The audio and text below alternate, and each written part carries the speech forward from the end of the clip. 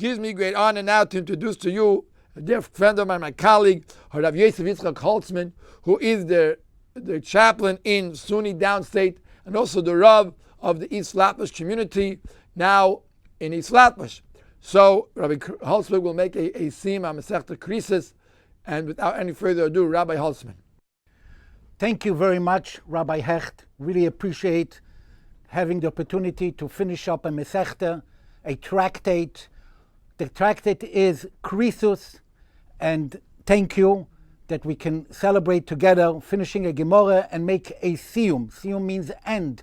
Ending the Mesechta of Kerisus. Kerisus is the name is a little bit deceiving because it seems like Kerisus talks about punishments.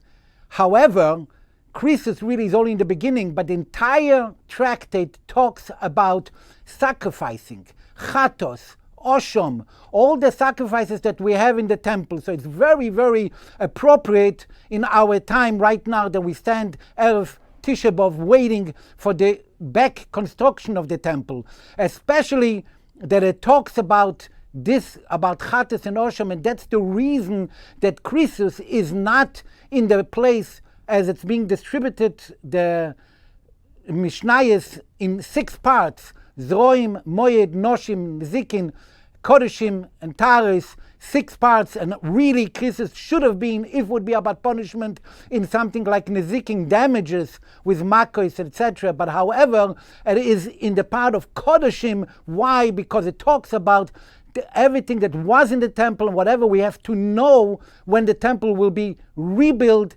really in now. Anyway, the end of Tractate of Kerisus, page, says the Gemara like this, that in the temple, in the Azorah, there was Daled Tzvoches, Toner Rabon and Daled Tzvoches, Tzovcho Azorah. The Azorah shouted out 4 shouts.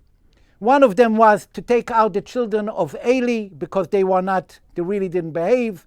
The second one is that Yochanan, it should come in because he was very, very careful. This was the second shout. Then there was a third shout, Shlishis, Seu she'orim rosheichem v'ikones Elishama ben Pikai, Talmido shel Pinchos, the student of Pinchos. We don't know who it is, but we do know who Pinchos is. So his student should come in, and then and he should be the Kohen Gadol. And then there is Tzivocha Revis, a 4th shout out.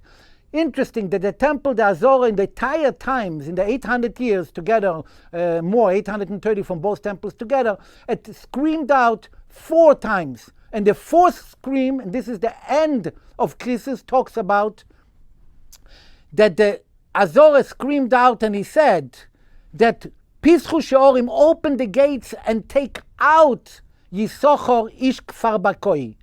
Yisochor Ish Kfar Bakoi should go out of here. Why? Shemechabed Atzmo Mevaze Kodesh Shamayim.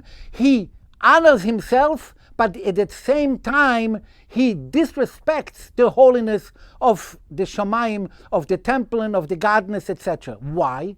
My Hovid asks the Gemara, what did he do that you say that it was so terrible? Says the Gemara, have a korich shiroi al yodei. He put in gloves, he put in silk, he put in gloves on his hands when he worked. He was a Kohen Gadol. But when he did the work in the temple, he didn't want to dirty himself with blood, so he covered his hands with gloves. Contrary, we find that all the Kohanim, when they made the sacrifice in the eve of Pesach, they all, even when they was full with blood, they said when they washed up the temple, they put a cover and they put full with water in it, like you wash off today in Israel, and you have at the end a corner to take out, and it was full with water. It says that all the Kohanim went on their knees to wash off, and they didn't care, and this is the complimentary for them. And he did just the other way around. He desecrated the holiness, and he put on gloves. Says the Gemara, what happened to him? Slikele. What happened at the end? The temple, we know all the other ones what happened. With Eli, with Yochanan, we know all the 3. What happened with this Yisochar Ish Kfar Bakoi? Says the Gemara, the story happened like that. Yanai Malko Malkeso. There was the king Yanai, about 200 years before the temple destruction at that time, 100 years before, there was Yanai, was a king. He was sitting at a meal together with his Malchus, with the queen, with his wife. Her name is Shlomotzina Malka. Anyway, Havi Yosvin, they were sitting together and they had a nice discussion. Malka, they were talking about the meat. What is more tastier? Malka Omar Gadyo Yoi. The king said, you know what's better? What's tastier? Goat. Or Malchus Omro, and the queen said, no. Imro Yoi, lamb is better. Lamb is tastier. Omro, they said between them, you know what they're going to do? Let's talk. Let's ask the Kohen Gadol. The Kohen Gadol, since he's a Kohen Gadol, so he's a professional in that. The Kimlei Kedero, he sees all the time, all the meat that's being, all the korbanos, all the sacrifice. Shailu, let's ask him. Omelahu, so he tells them, like a Yid always asks a question with the answers with a question. He tells the king, Igadio, tell me, Igadio, they asked him, Igadia, if it would be the goat, like the king said, Yasik letmido, bring it to the korban tomid, bring it as a sacrifice in the temple. And we know, and he says, and we all know that you bring the sacrifice, you bring you bring actually a sheep, a lamb, you bring for a sacrifice. No, you tell me. Shoma Malka, he made like this, no, and he made with his hand. Omalahin Malka, the king said to the people, since he made with his hand, cut off his hand, his right hand. He was connected. Kohen Gadol, the high priest, he was very, very connected in all the windows in the right places. He gave bribes. And what did they do? They only cut off his left hand, not his right hand. He bribed. Shoma Malko, but the king, Yana, heard about it. He said, no. Omar, he said, Liktsu namili de dimino. Cut him off also his right hand. Then, hundreds of years later, says the Gemara, Omar of Yosef, Brich Rachmono, the Shokleli Socher ish kvar bekoi. Good that the Eibishter punished them the way in the mitre per se. Omar Rav Asher say, didn't he learn a very thing, Mishnah, that says, Kvosim Kodmelism? The fact is that in the temple, he was wrong. You were able to put either a sheep or a goat. It's not true. It says, Bechol Mokim, B'yochel Mipnei Shemuvchol, Tam Levim Keves, Melamed Sheshneim Shkulin Keachas. Ravino said, the guy didn't even know how to learn one half word, because it's ABC, the ksiv, it says in the posuk, im keves, im eis. If you want, you could put a sheep. If you want, you could put a goat. So what is he talking about? Look what cost him by not learning. Anyway, the Talmud finishes off with a quote. And we've actually, many have this in the custom to finish it off in the davening. Omar Rabbi Elazar, Omar Rabbi Chanino. Rabbi Elazar was in the second or third generation of Ameroim. He was called Mor Aradi Yisrael, and he said in the name of Rabbi Chanino, Rabbi Elazar actually was a Kohen, very interesting. Rabbi Elazar and Rabbi Chanino, Talmidei Chachomim, scholars, Marbim Sholem Ba'olam, scholars add peace in the world. Because it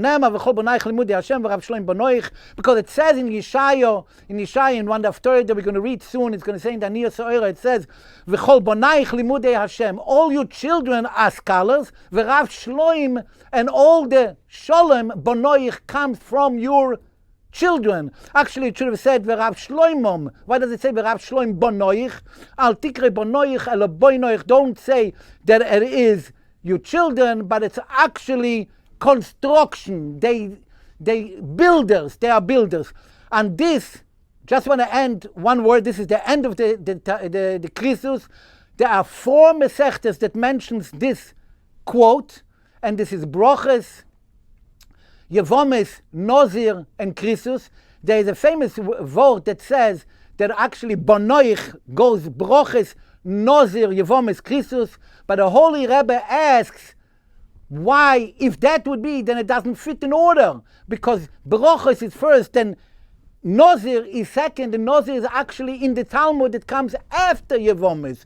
So it should have been Yevomis, Nozir, and Kerisus. Why does it go together? There's a beautiful Marsho, which we don't have time to get into it. The Marsho was about 400 years ago. Shmuel Ezer Halevi Edels that writes about it. And there's also a nice Oruch Laner, or Rav Ettlinger, 200 years ago in Germany, that writes about it. But the Rebbe says, Marbim Sholem means it should have been Hevenu Sholem, bring Sholem. They add Sholem. Why did they add Sholem? They add because every Yid, if the scholar learns something, everyone with him is together. We are all in it together. So we are not only, if it would be Bonoich, only the children, then it would have meant only the one that learns. But here we say, Al Tikre Bonoich ele Boinoich, because we build it together. The learners, the one that finishes the Mesechta, the one that's part of the Mesechta, the sponsors, everyone that's joining in together, and we all celebrate together, and we're getting ready to celebrate in a Shabbos like that it's Erev Tisha B'Av.